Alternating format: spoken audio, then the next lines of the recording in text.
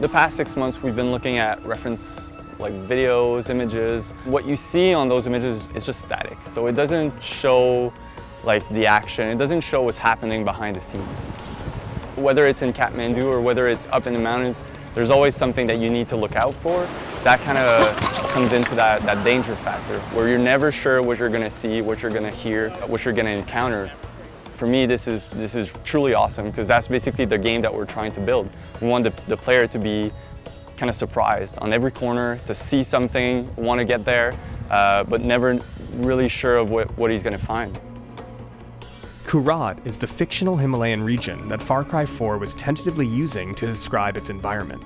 The topography played well into informing how the game would be built. We're really big at giving options to the player. Basically, it's your game, your way. So you can go anywhere, approach any situation from any angle, use any type of weapons. So like having those footpaths go on or that main road, you could drive up and drive and shoot, basically, if you wanted. That thing in the trees sounds like some kind of high-pitched electrical whir from a distance. But then up close, it was just horrible. We should try and figure out a way to put that in the game somewhere. Just makes you wonder what's inside that jungle. Yeah. I don't want to see it. Yeah, death, probably. Death. Yeah. But yeah, the view from here is pretty amazing. We're just looking at those terraces over there. That's really the kind of feeling that we want to get. We want to get out of the standard lush forest. This really stands out to me. And now we're just approaching the temple, and I can't wait to just hear and see it from up close. We're gonna go inside the temple and maybe underground also in the game, so I really want to see how it looks from all its angles.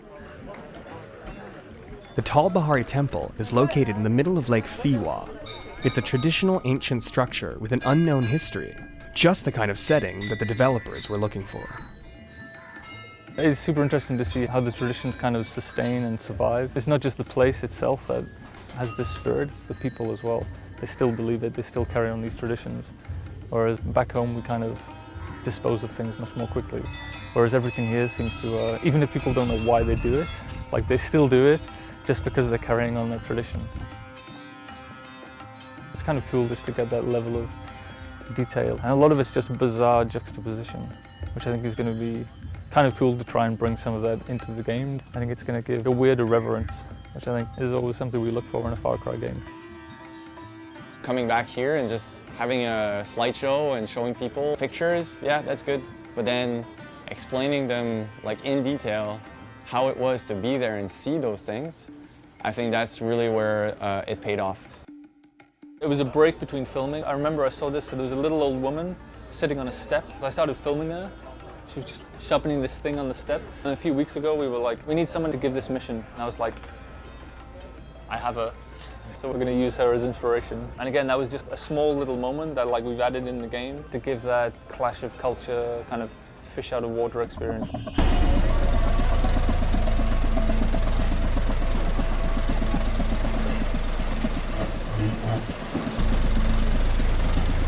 All right, so we decided to take this trip on the roof, sort of Nepali style, see if we can take in some more of the scenery. We took this crazy Jeep ride on these death trap roads, and I remember seeing people on these huge rickety buses and thinking these people are insane. In the research I've done, I've seen that these buses crash every week. It's not even newsworthy, it happens all the time. There were some moments like looking down that I was really like, if the driver doesn't know what he's doing, like, or if I was driving, I'd probably be in the ditch and I'd probably be either dead or almost dead, right? This is the perfect warm-up to a 2-day trek. So on our way to the Gorilla Trail, we've come across a road that's been washed out by a giant avalanche. So we're gonna have to take it by foot on what looks like a pretty sketchy trail.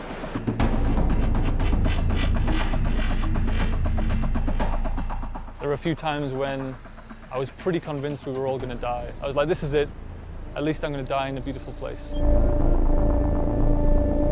After the avalanche-stricken road we've got on this van, and it's gonna take us the rest of the way to the Gorilla Trail.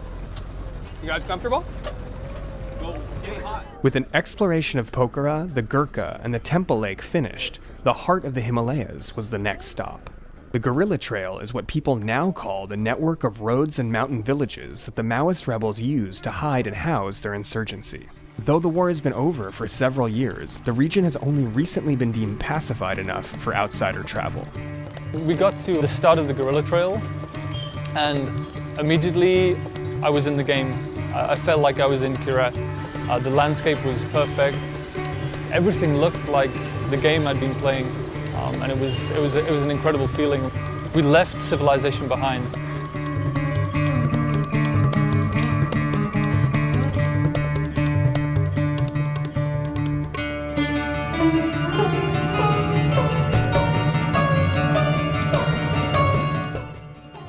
So it looks like we made it up to at least the end of the ascent, but we still have about half an hour before we reach the village.